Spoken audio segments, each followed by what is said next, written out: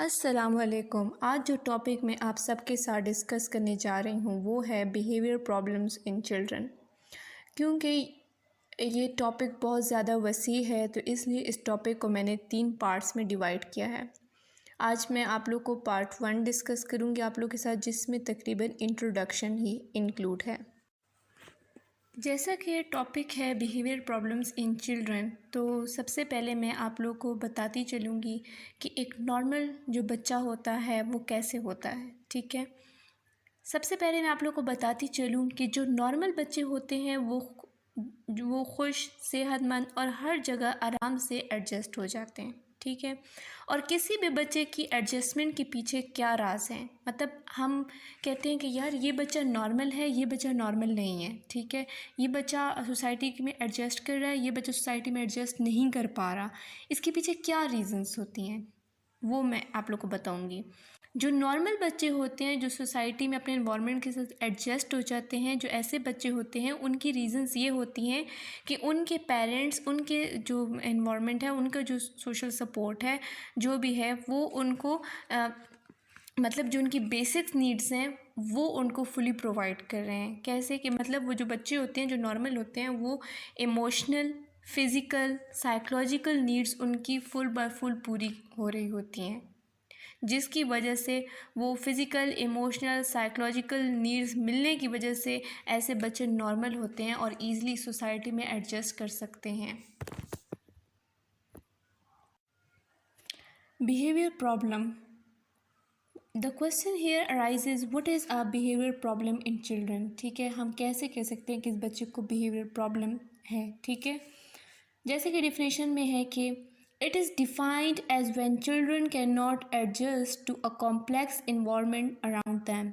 ठीक है, behaviour problem को हम ऐसे डिफ़ाइन कर सकते हैं कि जब कोई भी बच्चा अपने इर्द गिर्द की इन्वायरमेंट के अकॉर्डिंग एडजस्ट ना हो सक रहा हो, उसको मुश्किलात फेस करनी पड़ रही हो, कॉन्फ्लिक्ट्स अराइज हो रहे हो, तो इस बच्चे को हम कह सकते हैं कि इसको बिहेवियर प्रॉब्लम शुरू हो रहे हैं, कि ये बिहेवियर प्रॉब्लम्स का शिकार है।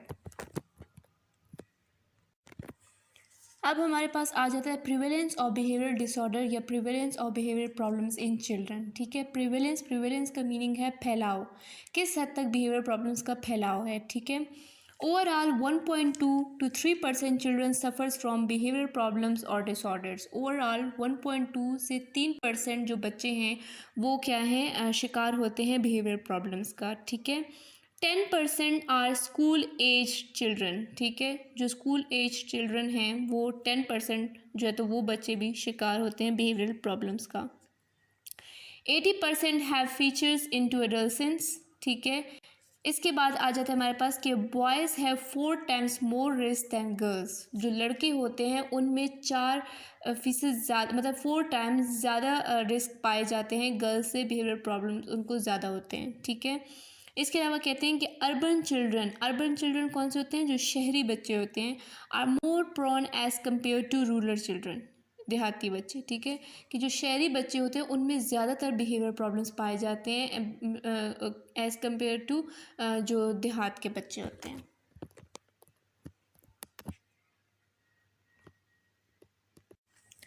अब हमारे पास आ जाता है कॉजेज़ ऑफ बिहेवियर प्रॉब्लम्स। ठीक है, एक बच्चे में हम बिहेवियर प्रॉब्लम्स तो हैं, लेकिन उसके पीछे कॉजेज़ क्या हैं, उसकी जड़ क्या है, बच्चे में ऐसे बिहेवियर प्रॉब्लम्स क्यों पाए जा रहे हैं। ठीक है, तो उसमें हमारे पास जो बिहेवियर प्रॉब्लम्स आ जाती हैं, उनके पीछे जो कॉजेज़ हैं, उनमें सबसे पहले हमारे पास जो कॉज़ है, जो बहुत ज़्यादा इम्पॉर्टेंट कॉज़ है, वो है फॉल्टी पेरेंटल एटीट्यूड।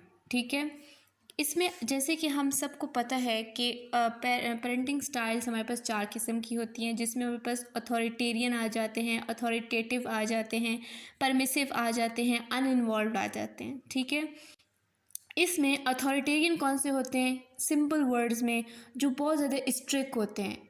ठीक है, इवन कि वो बच्चों को पनिश भी कर देते हैं अगर उनके रूल्स बच्चे फॉलो ना करें। ठीक है, तो ऐसे जो पेरेंट्स होते हैं, जो अथॉरिटेरियन पेरेंट्स होते हैं, इनके बच्चों में बिहेवियर प्रॉब्लम ज़्यादा पाए जाते हैं। इसके अलावा जो अथॉरिटेटिव पेरेंट्स होते हैं वो कौन से होते हैं, सिंपल अल्फाज में वो पेरेंट्स होते हैं जो बच्चों पे रूल्स भी रखते हैं और उनके साथ फ्रैंक भी होते हैं। ठीक है, 50-50 उनका पार्ट होता है। तो ऐसे पेरेंट्स के बच्चों में बिहेवियर प्रॉब्लम्स कम तादाद में पाए जाते हैं, बहुत ज़्यादा। ठीक है, फिर उसके बाद हमारे पास आ जाता है परमिसिव पेरेंट्स। ठीक है, परमिसिव पेरेंटिंग स्टाइल में क्या होता है कि परमिसिव पेरेंटिंग स्टाइल में हमारे पास आ जाता है कि they don't follow rules strictly.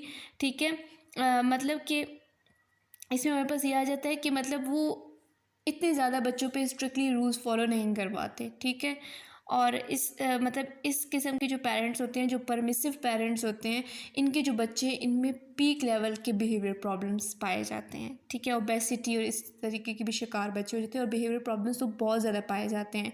और इसके अलावा एक अनइन्वॉल्व पेरेंटिंग स्टाइल है, उसमें हमारे पास क्या होता है कि पेरेंट्स बिल्कुल ही इन्वॉल्व होना छोड़ देते हैं। ठीक है, उनके बच्चों में बिहेवियर प्रॉब्लम्स बहुत ज़्यादा पाए जाते हैं। तो सबसे ज़्यादा जो बिहेवियर प्रॉब्लम्स पाए जाते हैं वो परमिसिव और अनइन्वॉल्व पेरेंट्स के बच्चों में पाए जाते हैं। सेकंड हमारे पास आ जाता है अनसेटिस्फाइड फैमिली इन्वायरमेंट। ठीक है, अनसेटिस्फाइड फैमिली इन्वायरमेंट से मुराद क्या है?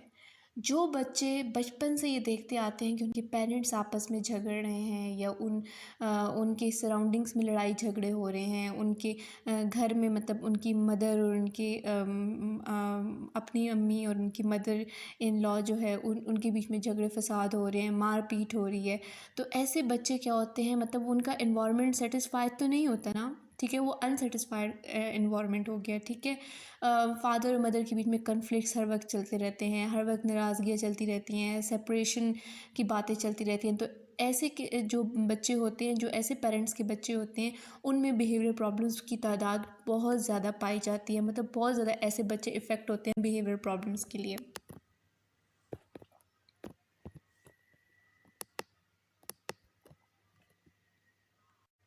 इसमें हमारे पास थर्ड जो कॉज आ जाती है बिहेवियर प्रॉब्लम्स इन चिल्ड्रन में, वो हमारे पास आ जाती है मेंटली और फिज़िकली इल।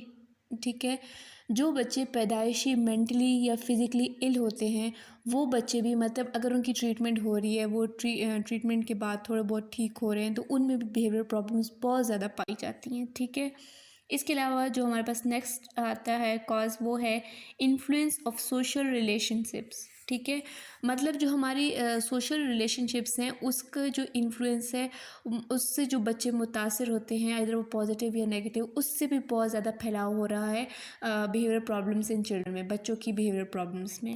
ठीक है,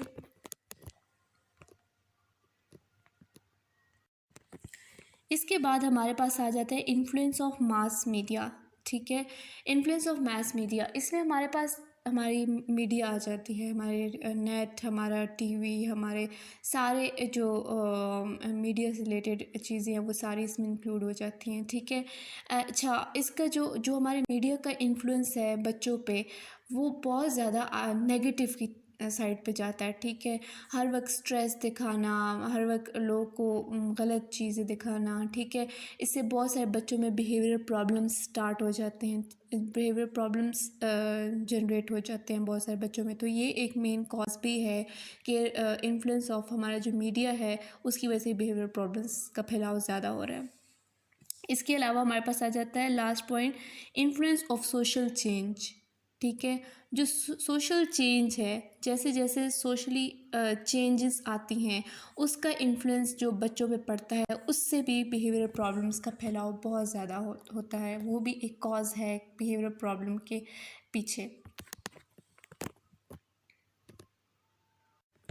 अब हमारे पास आ जाता है टाइप्स ऑफ बिहेवियर प्रॉब्लम्स और डिसऑर्डर्स इन चिल्ड्रन। ठीक है, तो इसमें हमारे पास आता है कि हैबिट डिसऑर्डर्स आ जाती हैं, स्पीड डिसऑर्डर्स आ जाती हैं, ईटिंग डिसऑर्डर्स आ जाती हैं, स्लीप डिसऑर्डर्स आ जाते हैं, पर्सनालिटी डिसऑर्डर्स आ जाते हैं, सेक्सुअल प्रॉब्लम्स आ जाती हैं, एंजाइटी डिसऑर्डर्स आ जाती हैं। ठीक है, ये बहुत सारे बिहेवियर डिसऑर्डर्स या बिहेवियर प्रॉब्लम्स हैं जो बच्चों में पाए जाते हैं, कुछ विद एज, कुछ बचपन में ही पाए जाते हैं। ठीक है, तो इन एक एक टाइप्स को मैं डिटेल में आप लोग के साथ डिस्कस करूँगी, डिटेल में आप लोग को एक एक टाइप का बताऊँगी, उनकी फर्दर सब टाइप्स का बताऊँगी। तो इंशाल्लाह नेक्स्ट स्लाइड्स में, नेक्स्ट लेक्चर में मैं आप लोग को first habit disorder, speed disorder और इंशाल्लाह ईटिंग डिसऑर्डर्स के बारे में बताऊंगी कि ये कौन से प्रॉब्लम्स होती हैं जो बच्चों को फेस करनी पड़ती हैं।